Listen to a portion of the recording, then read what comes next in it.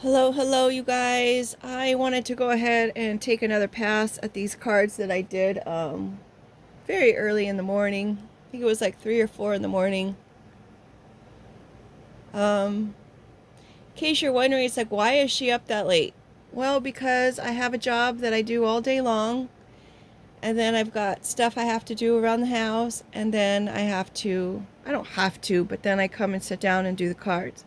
So by that time, it's about 3 o'clock in the morning or so. And then, of course, when I sleep, in order to have enough rest, this whole cycle starts all over again. And um, here we are.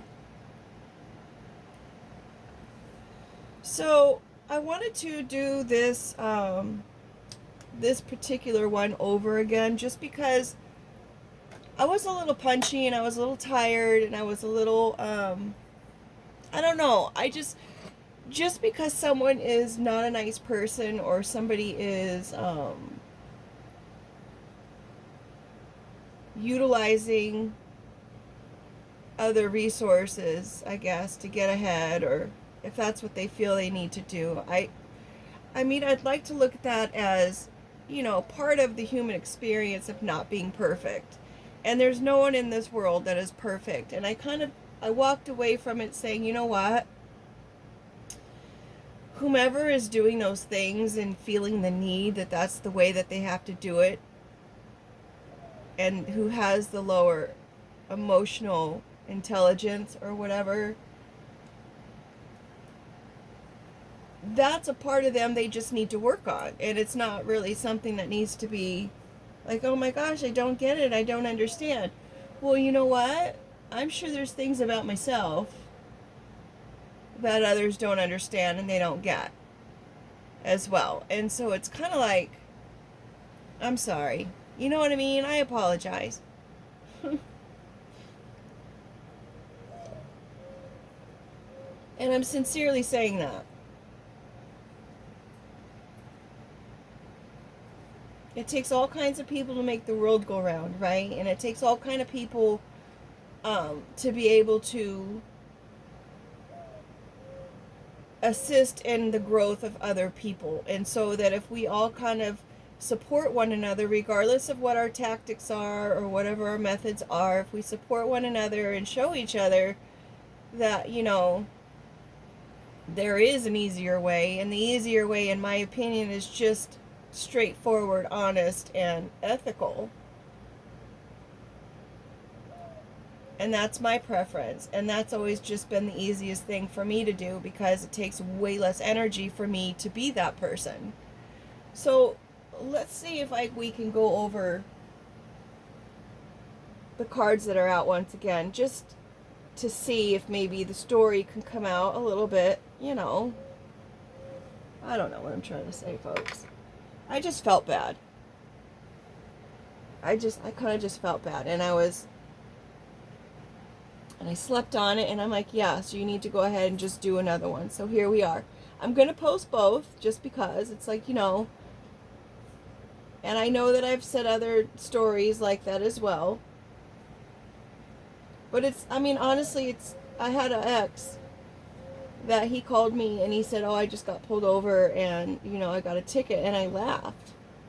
And I wasn't laughing because I thought it was funny. I was laughing because it was just like, oh my gosh, it was just kind of unbelievable. It's like, are you serious?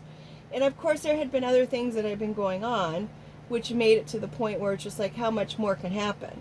You know what I mean? So it was like a nervous, I don't know what kind of laughter it is, but maybe that's where I'm a little inept as far as my emotional intelligence. I don't even know. I don't think that's the emotional intelligence. Um, Stress intelligence. I don't know what you want to call it. So, just saying. Like just now. That's a laugh of just like, oh my gosh. Like I don't even know what else to do with myself.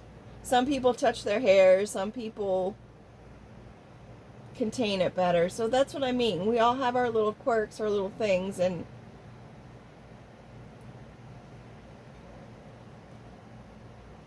so we do have the past as the overall energy. And I hope if you don't want to watch it, I mean, that's fine. That's fine. But here we go. We got the past. That's our overall energy. So there's something that's being a past. There's something that keeps returning. There's something that does something a little bit annoying to others, but it's just in their nature of who they are. This pest was designed to be a mosquito. Their purpose is to be a mosquito. Hey Google, what is the mosquito's purpose?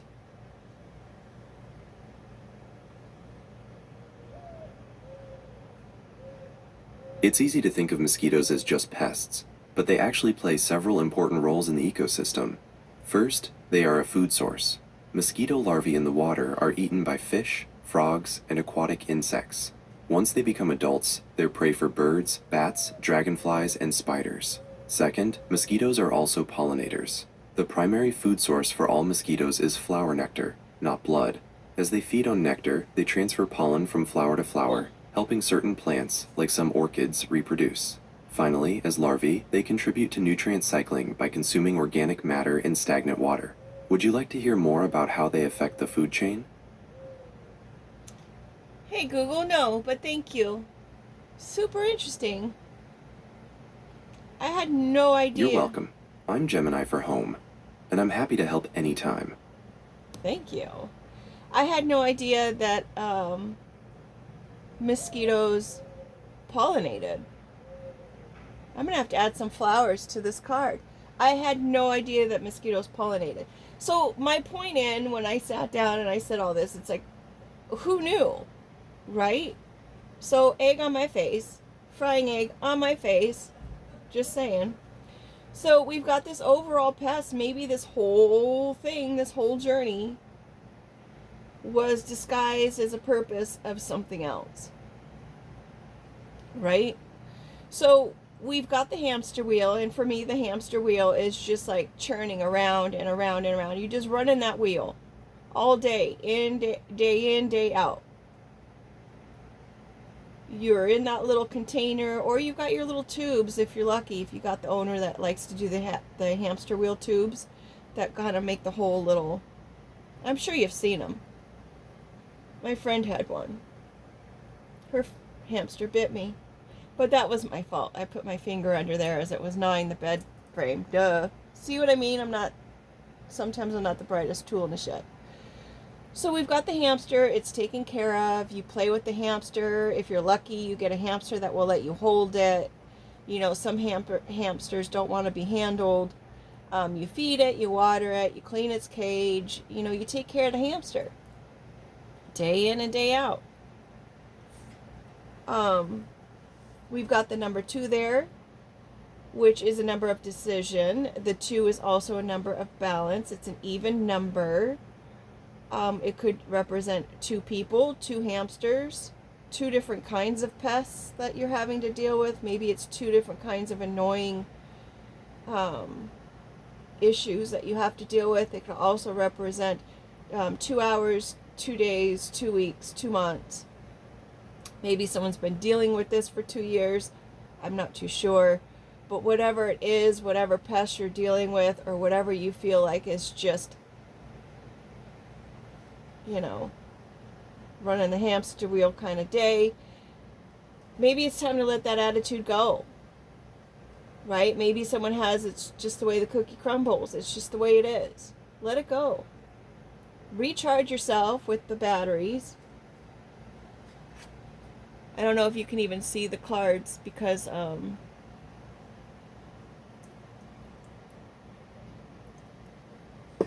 also noticed that we had a bunch of cards here that are just all pencil versus the coloring. We've got the batteries there. Recharge yourself. We've got our AAA batteries, AA's, 9-volt, and even the car battery. Someone may need to even check their batteries, whatever stock or supply you have on hand.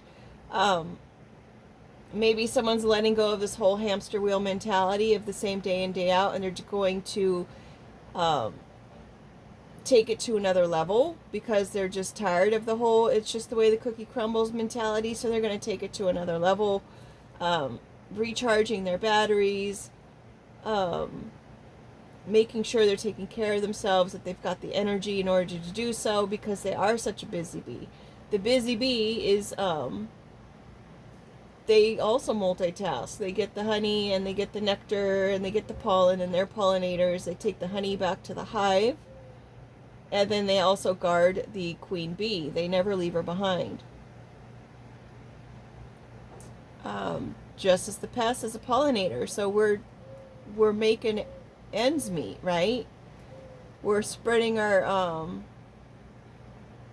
spreading our seeds. Spreading our seeds and trying to make things grow here.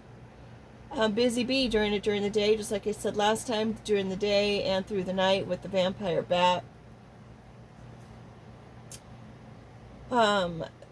The vampire bat is navigating through the unknown, transformation, guiding through personal change, the ability to move through fear and uncertainty, which is, if someone's doing this hamster wheel move every day, then of course they're going to have to go through some kind of uncertainty to in order to make things better. They're moving through this with confidence.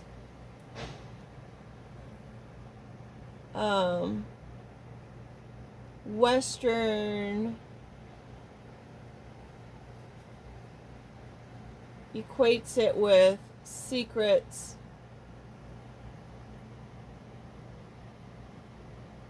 and violence. Oh, and ambivalence and ambivalence.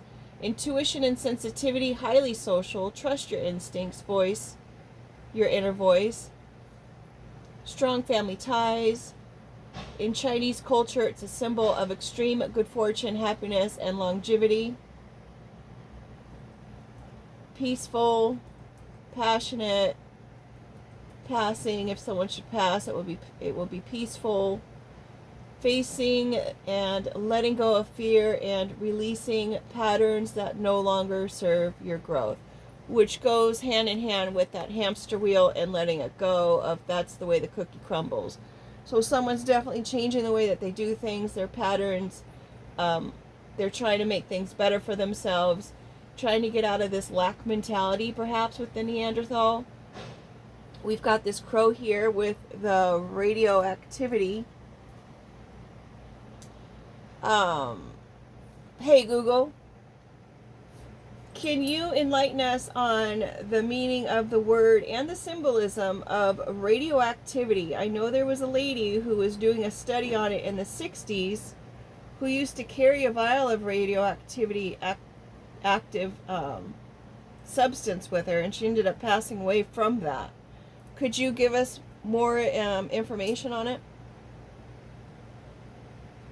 Oh, I forgot those cards. That's a fascinating topic, and you're right, it involves some powerful history. The word radioactivity simply means the process where an unstable atomic nucleus loses energy by emitting radiation. It's a natural phenomenon that happens when certain elements decay. As for the symbolism, the universal warning sign for radioactivity is called the trefoil. It's the design with the 3 curved blades pointing outward from a center point, usually in magenta or black on a yellow background, meaning the central circle represents the atom, and the 3 blades represent the 3 common types of radiation that can emanate from it: alpha, beta, and gamma. History. It was first designed in 1946 at the University of California Radiation Laboratory in Berkeley. Regarding the woman you mentioned who studied radioactivity and carried substances with her, the most famous example is the scientist Marie Curie. She and her husband, Pierre, pioneered research into radioactivity in the late 19th and early 20th centuries, discovering the elements polonium and radium. While your timeline is a little off, she died in 1934. Her life fits the description. She carried test tubes containing radioactive isotopes in her pockets and lab, and her papers, lab notes, and even her cookbooks are still highly radioactive today. She passed away from aplastic anemia, likely caused by long-term exposure to radiation. Would you like to know more details about Marie Curie's work, or the different types of radiation?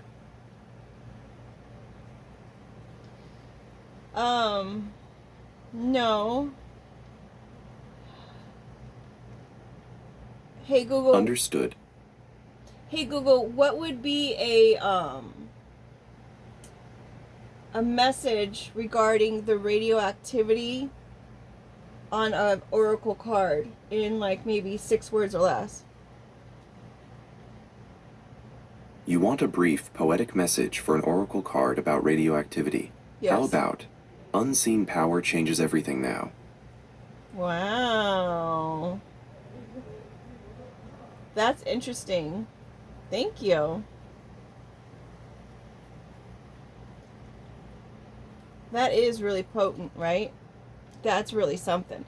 Especially when it's coming in after this crow, because the crows will change through generations and generations. Not change, but they'll share information from generations to generations to their offspring in order to inform the offspring about what had happened with certain people that come around in their environment. Maybe I was asking the question, I don't know if this is the right way, but I'll have to check that.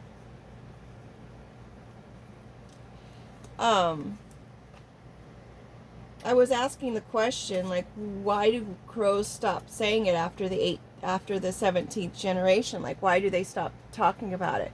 And I was thinking that maybe the people they usually are talking about are more like adults, and maybe the crows are just like surprised that these adults are still like behaving that way towards animals and nature. And maybe by the 17th generation, the person is either moved somewhere or maybe they have passed away. Maybe they're no longer around these crows in order for them to even talk about it. So maybe that's the answer to the question that I had. That's why it stops at the 18th generation on average, because you move away or you're just not around the same group of crows. And maybe someone is moving away from this whole mentality here that they were going through prior, because now they've just grown and evolved. Now, granted, this could involve someone who was born in, what time did she pass? In I didn't even write it, 34. She passed away in 1934. So this whole thing could even involve someone who was born in 1934, which would mean, you know, they're close to 100 years old. So I mean, you could still change. I know my dad changed. Well, I mean, he said that he changed his mindset as far as religion is concerned, and he was near his 70s when he decided to do that. And my grandmother used to pray for him all the time. So I mean, if there's a will, there's a way. You know, there's just the way the cookie crumbles. That's kind of a crop out. If you want to change, you can change. I mean, and that goes for anybody. If you want to be someone who knows how to speak Spanish fluently, if you want to change that, then you just practice and you do it. It's going to be an everyday activity that you need to kind of work on. It's not going to happen overnight. You're not going to just say, oh, I want to speak Spanish, and now here I am. Next day I wake up, I'm speaking Spanish because I listened to a video subliminally while I was sleeping. No, you're going to have to practice it every single day in and day out. Any opportunity you have to practice, you're going to have to practice. And that goes with any kind of skill or personality trait or way of making decisions that you need to do. It's going to take time and practice, as I said. It didn't happen overnight. Hamster wheel. Day in, day out. Day in, day out. We've got this new moon here, which is like the little crescent moon. That's when the whole the earth has the sun behind it, I guess, and it's shadowing the moon, so you can't even see you can't see anything but a little sliver because it's almost completely consumed by the earth.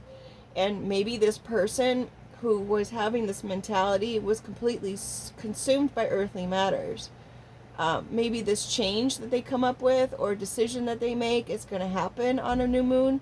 Interestingly enough, those look like little new moons. I don't know if I even did the radioactivity symbol correctly by what Google was saying, but there it is. The new moon still has that little crescent, just like the radioactivity cards does. So who knows, maybe in 17 days, or maybe it's 17 different people who are all going to decide to make this change. Wouldn't that be great? And they're going to decide not to keep going back to the illegal ways that they had, and maybe they're going to turn that leaf and discover something new about themselves, like the pests. I seriously had no idea that they pollinated flowers. Alrighty, I knew they were part of some kind of cycle, like food cycle. They had to have been food for somebody, but I just I couldn't grasp the idea at the time. And that, I mean, again, we've all got different skills, traits, and things we need to work on. Now we're going into our Robin Hood, someone who steals from the rich and gives to the poor. Maybe that was somebody's mentality, like, you know what, it doesn't matter. I'm going to steal from let's just say someone is, what is it, white collar crime, when they are doing things such as stealing from the banks or stealing from corporations or something like that. Maybe in their mind they're thinking, you know what, I'm going to make use of this money and I'm going to give it to people who need it. The banks don't need it, or the companies don't need it. They just get it paid back on insurance anyway, so who cares? Well, all in all, when you do that, something like that, then everyone else in the community or the state of which they are, or even, I don't know how far wide it goes, but the company this insurance company has to make up the money somehow. So of course it's going to cause other people to have to pay higher rates, which in turn, now here you are causing more problems for people, because people have to pay higher rates now, and that's not cool. Robin Hood also was wearing the hat as far as being a mockery of the elite people. Maybe that's where I was getting the idea yesterday, that maybe me giggling and laughing or saying I don't understand was somewhat of a mockery, because it's like, in my mind I was thinking, you know what, you're mocking these people. It sounds like you're mocking the people who have this lower intelligence, or who are deciding to do things in another way, and that's not all right. And it wasn't intentional for me to be mocking anyone. It was just, you know how you walk away from a conversation like, oh, I should have said this and I should have said that. I need to develop myself to be a better person every day. And even though I wasn't trying to mock, I might have been coming across that way. So I just want to make sure that the way that I come across is the way that I truly, sincerely feel. Because that's just important to me. I don't want anyone to feel any kind of harm, any kind of way. Especially I don't want anyone to feel hurt or sad just because of something that I said. I know I don't like it when it happens to me. So that's why I came up with this whole thing about, well, if someone says something to hurt me, that's just their problem, and that's just something they need to work on, and that works for me to kind of help heal myself.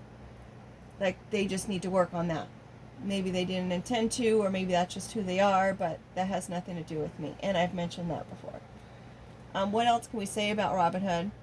Robin Hood wears clothes that camouflage itself and is practical when he's trying to hunt for food. It's justice fighting the establishment, stolen nobility, and rebellion.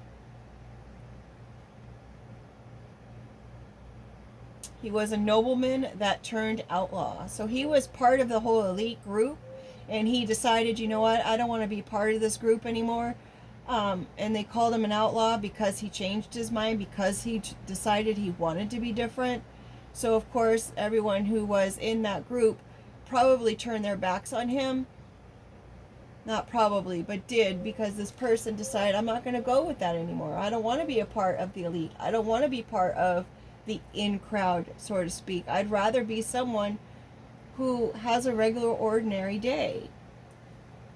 But then here's Pinocchio, who's also made of wood and not real, and maybe some people could equate people who are elite or people who are in that in crowd or whatever. Maybe they are equating those people to not being real people, just because they're focusing on more of earthly means of stuff.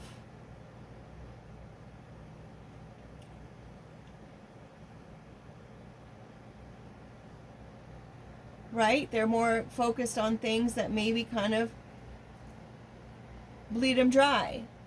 Everyone who has finances, or everyone who has bills, don't think that, I mean, the majority, I would say, they probably live either right at their means or a little bit above their means.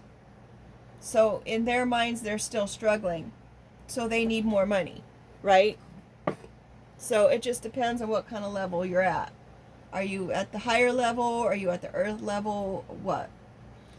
Pinocchio wanted to be a real boy. Pinocchio spent his entire show not reaching his goals. He failed every single time he tried.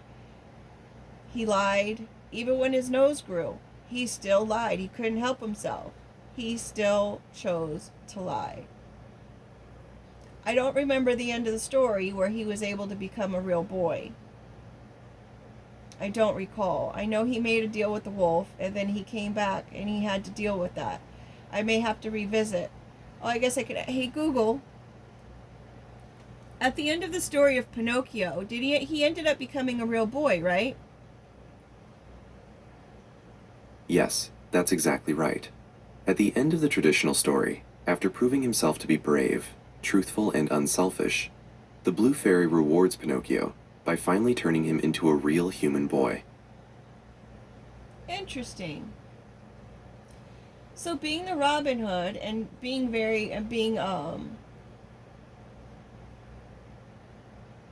why can't I think of the word? I mean, it would be unselfish to give the money away to other people and not just keep it and hoard it. Generous. And not hoarding it for themselves. So whomever is deciding not to be the same person, maybe they reflected on themselves and maybe they were able to, even though they were deeply engulfed in this shadow, they were able to see that sliver of the moon within themselves, and they were able to illuminate that part of themselves to the point where they didn't want to go back to the life they knew, and they wanted to be a person who was more giving and for the people, right? Maybe for the people that they had been doing things against, perhaps. Because originally Robin Hood was the elite, and Robin Hood was with the in crowd, and Robin Hood was with the people who were hoarding the monies, right? Noble people in this day. So maybe when they decided that they wanted to be a different person and they were able to show themselves as not being selfish and they were able to show themselves as being honest and brave, then that's when this monster was able to break out of its reins, because we've got the little I hope you guys can see this, and I apologize if you can't. We've got chains around the monster's wrists, and the chains are broken, and we've got all of this electricity going on behind it, all this like anxiety and just this will, this strength and this will and this internal fight that's going on. So there's that change that's happening, and they're fighting. We've got the gloves, so it could either be fighting because we've got those front and center, or it could be a mode of protection because you protect your hands when you fight wearing the gloves, right? So they're fighting this whole broom mentality, sweeping it under the rug. Maybe they're fighting their friend, their sidekick, about something, because maybe the friend or the sidekick is looking at them like, don't do that. Don't sweep all of this. Don't clean up all of this. What are you doing? We've been so successful here. The friend is also under the sliver of moon. It kind of goes back to that situation I had earlier in the week with the stranger, and I was saying, hey, maybe if we all can just be our true selves and be our authentic selves and be kind to people and be social, and like the vampire bat, being social and kind, and just, I mean, we don't want anything from anybody else. We just being who we are and just conversating. What a better day that would be, right? Instead of being so focused on what you got to do that day. I got to do this. I got to do that. I have to do this. Why are you talking to me? I got to do that. This is just so stressful. It's a lot to think about. Mind you, on that note, if you write it down on a to-do list, it frees up your mind so that you can focus on other things. So there's that. A lot of times that we're so anxious and we're so overwhelmed and burdened by our to-do list because we don't want to forget any of it. We don't want to forget to do something. So if you write it down, you have more room in your thoughts for other things. So we've got this little robin here, a little birdie told me. Maybe it's even going to be in the springtime because that's happening. Winter, spring. Yeah, we're coming up to spring pretty soon here with the two. Could have to do with something in February as well, or two people, the person and their friend. So we've got this friend looking at this broom like, why are you trying to sweep that up? I mean, that's perfect little feet. That's little food for me. I mean, there could be breadcrumbs down there. There could be little ants in there. That's food for me. Don't clean that up, right? We came all this way. We've got all this success. But you know what? This is all a sidebar for this person now. All the success, all this cash, it can't bring them back to that place. They do not want to be back in that place. They want to move on. This person could be going through all this stuff and they could be realizing, you know what?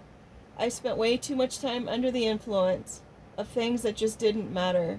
That things that wasted my energy. The things that kept me small, kept my outlook immature. All of these things kept me in a place where I was just so Neanderthal. I was so filled with pent-up anxiety, frustration. So much to the point, maybe this person drank so much to the point where it made them sick. They're just sick about everything that they've done, about all of the things and the choices and the stuff that they've done in the past. This person could have been a very generous person and they weren't using their resources towards improving things or growing things. Maybe they were giving all their cash away to their friends and family, trying to help everybody out. But what was left for yourself? What did you do to grow yourself in your community with it? Where everyone else benefited off everything that you did, right? Being taken care of. They all benefited off of it, but did they really? Because if you were to take it all back, or not take it all back, but if you were to stop doing it, stop giving and pouring out all of your resources and finances and everything else to everyone who was around you, if you stop doing that, now where are they? Now what will they do? All the skills and the resources and things that they could have learned how to do this whole time to be able to support themselves, now they're at a loss. So if you are that person, maybe let these people know. And I'm not saying to do this. This is just a suggestion because I do have that psychology background and I'd like to make use of it. I'm still paying on it. And we've got our educational system, our educational theory going on there. And I've been a parent. So you can't just take it away. Right? They're in some kind of tax bracket on your cash, on your money, on your influence, on your direction. You've been giving it to them all this time. So you can't just cut them off cold turkey. You've got to kind of work with them. Look, I'll give you 2 weeks. I'll give you 2 months. You have to find a different way. You've got to learn how to support yourself. I'll give you 2 more payments. And you're going to have to learn how to do this on your own. So you work them to the point where they're able to support themselves, and they'll be all the better for it. Because if they have kids, then their kids are going to learn, I have to work for my way. You wean them off the help. Sure, you can be there every once in a while when they need help, but you wean it off. I would never ever say just cut cold turkey, because that's not right. Even with my kids, it was like, you know what? If you have a friend staying in your room, then your friend can pay half of the rent of your half. But I'll still pay for your room. But your friend is going to have to pay their rent because that's being helpful. You can't just live here for free. In the beginning you can, because who's to say what's going on? But eventually get a job. This is when they were young adults. Get a job. And now you're going to pay for your part of the rent. I wanted to save the money and give it back to the person in order to be like, okay, well, now that you've given me the rent, here's your money back so you could start on your own. But my finances were so tight back then, I couldn't do that. Sorry. But it was my intention.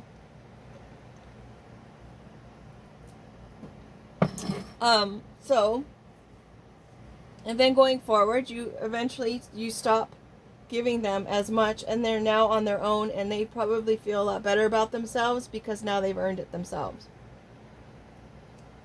Everybody needs a little help, right? A little rest. There could be someone who is on the bench that they've been getting help from, trying to help this fight. Maybe they incorporated someone on the bench in order to have this life that they were living of some sort. Someone needs to take a time out. Someone needs to take a sidebar. Someone needs to actually just sit down, put their feet in the sand or the grass, and really kind of look at what it is that's important. What really stands out to you? What rings the loudest in your mind? Speak your truth.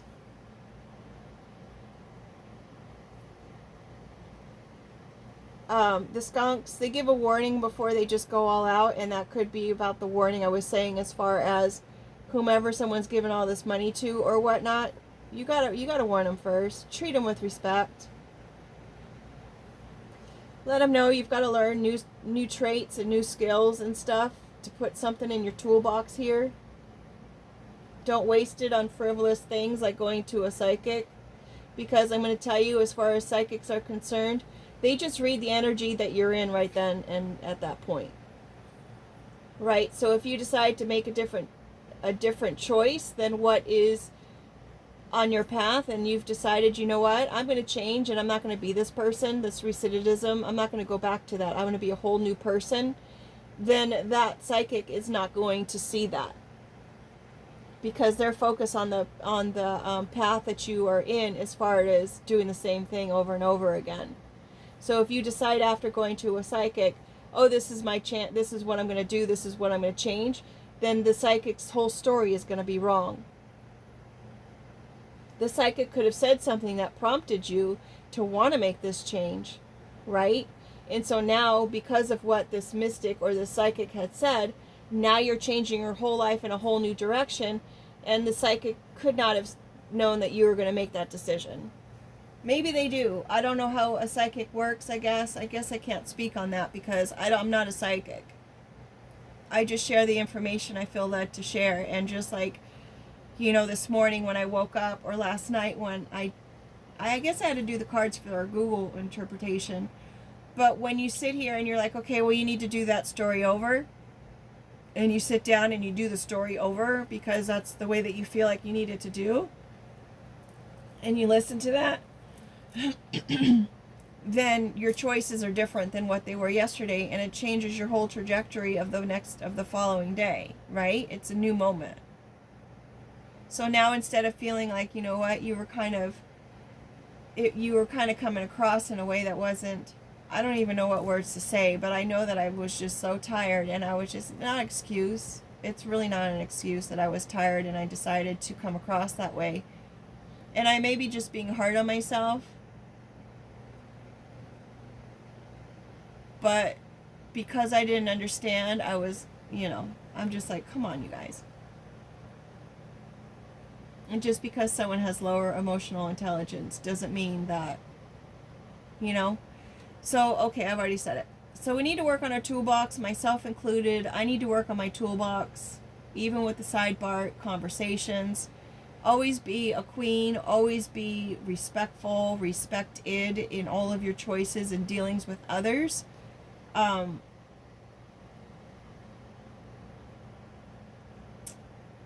This is a change that's going to happen quickly, suddenly. Maybe someone's going to change their tune, and it's just the next day they're going to decide that this is who I'm going to be. I'm tired of being embarrassed about my actions. Like, I was kind of embarrassed. I could be a better person by the way I handled the previous story. And as I said, I'm going to post it. Because I was being authentic in the moment. And I think it's important for people to understand that just because you have been one person one day doesn't mean that you can't reflect on who you want to be and become that person. And this could be a pest for somebody. Maybe somebody keeps getting this little nudge, this reminder from whomever, down the line saying that's not who you are. You are a better person than that. And maybe this person is going to decide, I want to change who I am. And it may seem like a sudden change to others who are seeing it from the outside. Like it may even appear to be like you're messing everything up. They're going to be upset. They're going to be shocked. They're going to be like, why in the world did you do that? You made a mess of everything that we had going because now you want to change. But a lot of times in order to get your place in order, you have to make it a little bit messy first in order to reorganize everything and to reestablish things as that works in a place that works better. And then with that, we've got our finish and our completion. Like everything is just done. You've made a final decision. You've worked really hard. You've trained for this. The competition that was going on behind the scenes is no longer. You're not competing with this monster inside like you were. You're not fighting against the monster inside like you were. Because you see where it's coming from, the dysfunction. This person has been sipping on this glass for a while because the ice is exposed. Spirits, alcoholic spirits are called spirits for a reason. They make you act out of character, different than who you are. You're under the influence of lower entities. That's done, folks. I do realize that I did not mention anything about this Sunnyside, the detox, but someone might have understood or might have seen through this whole thing that there needed to be a change. They needed to break open their shell. They needed to break open their origin. And maybe they just needed to put themselves in a frying pan here for a moment in order to detox all the things that they have been doing here in the past. Detox it. Make a commitment to it. Those are my the wedding rings of commitment. Making a commitment to this whole process. If you notice, I have the fireplace as the red and the pink. I think yesterday's or this morning's original reading was pink and pink, and so I decided, you know what, it's still the pink flame, but it goes so far, so much, and now that I'm done with the story, it goes so much deeper than that. There's true love here. With the greenhouse, that's healing, that's the green. The color green is always about nature, earth, healing, things of that nature. So it's a healing situation that comes deep from the heart with that burning flame of sweetness. Could even just come in hot. As I said, unexpected. There are 7 different kinds of vomit, folks. So if you're getting sick, you can look up the color of your vomit and it will tell you what kind of situation you're dealing with. 1, 2, 3, 4, 5, 6. And then there's clear. I didn't know how to make a clear on here, so there's that. All right, folks. I feel much better about that story than I did the previous one. It's interesting how we can come up with a different perspective when we choose to. With that being said, make it a great day. I'm going to now come back and have Google give us its message on what it was that we were just discussing. And that one will be posted on my other channel, Awakening the Artistic Seer Asks. And please, if you haven't yet, please go over and like and subscribe over there. That would be awesome. Let's support one another. Take care. Bye-bye.